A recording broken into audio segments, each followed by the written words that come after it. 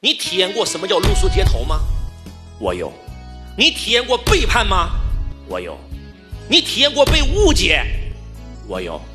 但是我想告诉你，那又如何？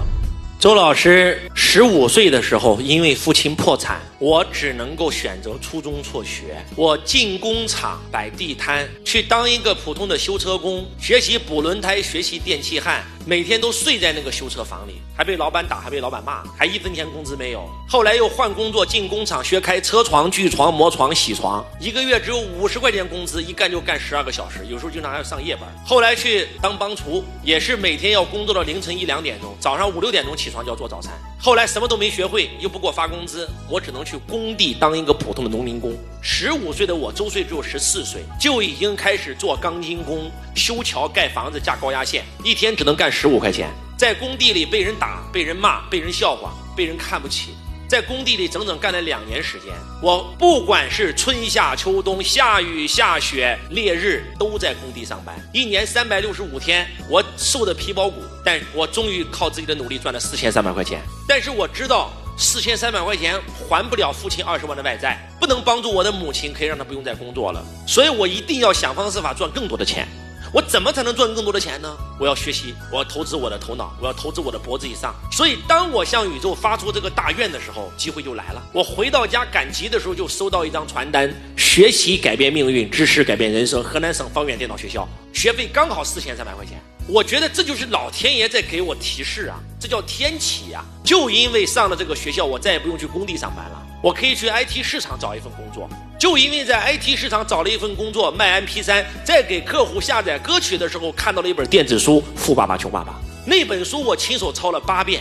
在没有看到那本书之前，我可以告诉大家，我跟所有人都一样，好好学习，将来找份好工作，学门手艺，将来找份好工作，迷茫痛苦没有方向。但是就是因为看到了那本书，我明白了，我要创业成为企业家，我要投资成为投资家，我要财务自由，我要创造资产，我创造被动收入，我才能实现财富自由。我整个人生完全不一样。从那天起，真的人生可以说就像开了外挂一样，然后去到哪都有贵人。在郑州上班，被河南老板看中了，给我挖到郑州。到郑州上班，然后呢，我们一个供应商来我们公司要账，老板没钱给，让我们陪他吃饭。然后所有人在灌他酒的时候，只有我在问他：李总，您是怎么成功的？在我看来，那个时候的千万富翁就是很成功的成功人士。小芝，我告诉你，虽然我小学都没有毕业，北大有一个那个黑板上面都有写请哪些企业家来演讲，我只听那些企业家的人分享。就因为他这一句话，我就去了深圳，我想加入他的公司，结果没加入，结果在深圳做金融。然后我就想起了北大清华这件事，就去到北京。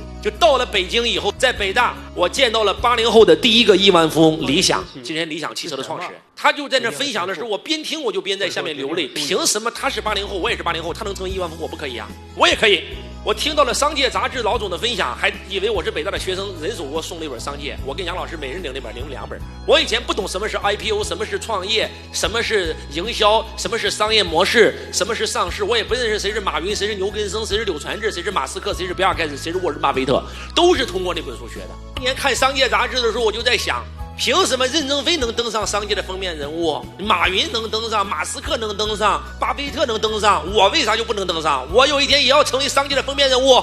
这个梦想在2、3年前就已经实现了。所以我想告诉我们在座的各位，虽然这一路依然经历了背叛，经历了无比的痛苦，但是就仿佛有一股力量在推着我往前走，你知道吗？是什么力量？最开始是爱父母，是希望为父母奉献的力量。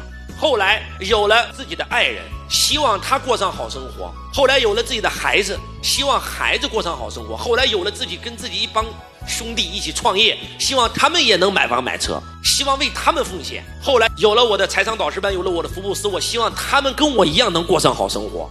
我要把我的父母保护在我的身后，我要把我的孩子家人保护在我的身后，我要把会保护在我的身后，我要把我所有的学生在我的身后。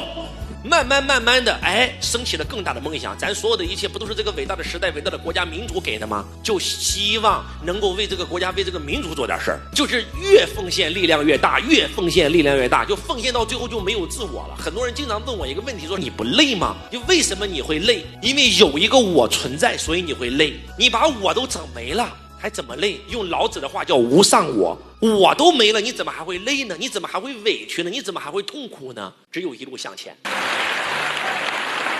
不管遇到多大的困难挫折，都是一路向前。但是有些人怀疑，有些人把自己的青春交给了矫情，交给了懒惰。但是我没有，因为我觉得我没有资格懒惰。我当年在深圳上班，我记得特清楚，周一到周六上6天，我永远是公司第一个上班的人，最后一个下班的人。我7点多钟起床，走到公司上班，8点钟到公司，干到晚上12点半，6天全是如此。回到家一般都2、3点。星期天休息1天，我早上吃完早餐以后去深圳书城，9点钟开门，我往这一坐开始看书，看到晚上10点半闭馆，中间不吃午餐，因为没有钱吃午餐。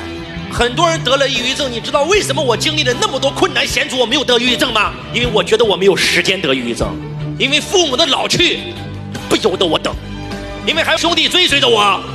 我想告诉我们今天在座的各位，那些所有的痛苦跟挫折，它可以淹没你，也可以垫高你，也可以成就你，也可以把你练成。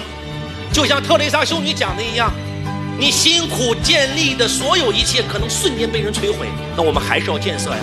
你去帮助别人，因为他真的需要你帮助，但是可能会被他踢掉牙齿，我们还是要去帮助啊。我想告诉我们今天在座的各位，不管这个世界怎么对我，我永远要温柔对待这个世界，我要永葆那份赤子之心啊。就像阳明先生讲的，此心光明亦复何言。我相信这些所有的小人，所有的痛苦，所有的折磨，都是为了把我练成，把我千刀万剐，是为了让我变成佛。哪个佛像不是被千刀万剐？一块石头被人踩在脚底，千人踩万人踏。他看到同样跟他在一起的那个石头被万人膜拜，他不服啊。他说凭什么咱们都是一起的，妈我今天被千人踏万人踏，你被人膜拜。那个佛像说，因为你只挨了1刀，我千刀万剐。那些所有的困难都是为了把我们练成。哪个伟人不是被千锤百炼？不重要，重要的是什么？重要的是这个世界我来过，我努力过，我奋斗过，我不后悔。我要活成那道最亮的光，照亮这个长夜漫漫的世界。这就是我的使命啊，这就是我存在的意义啊。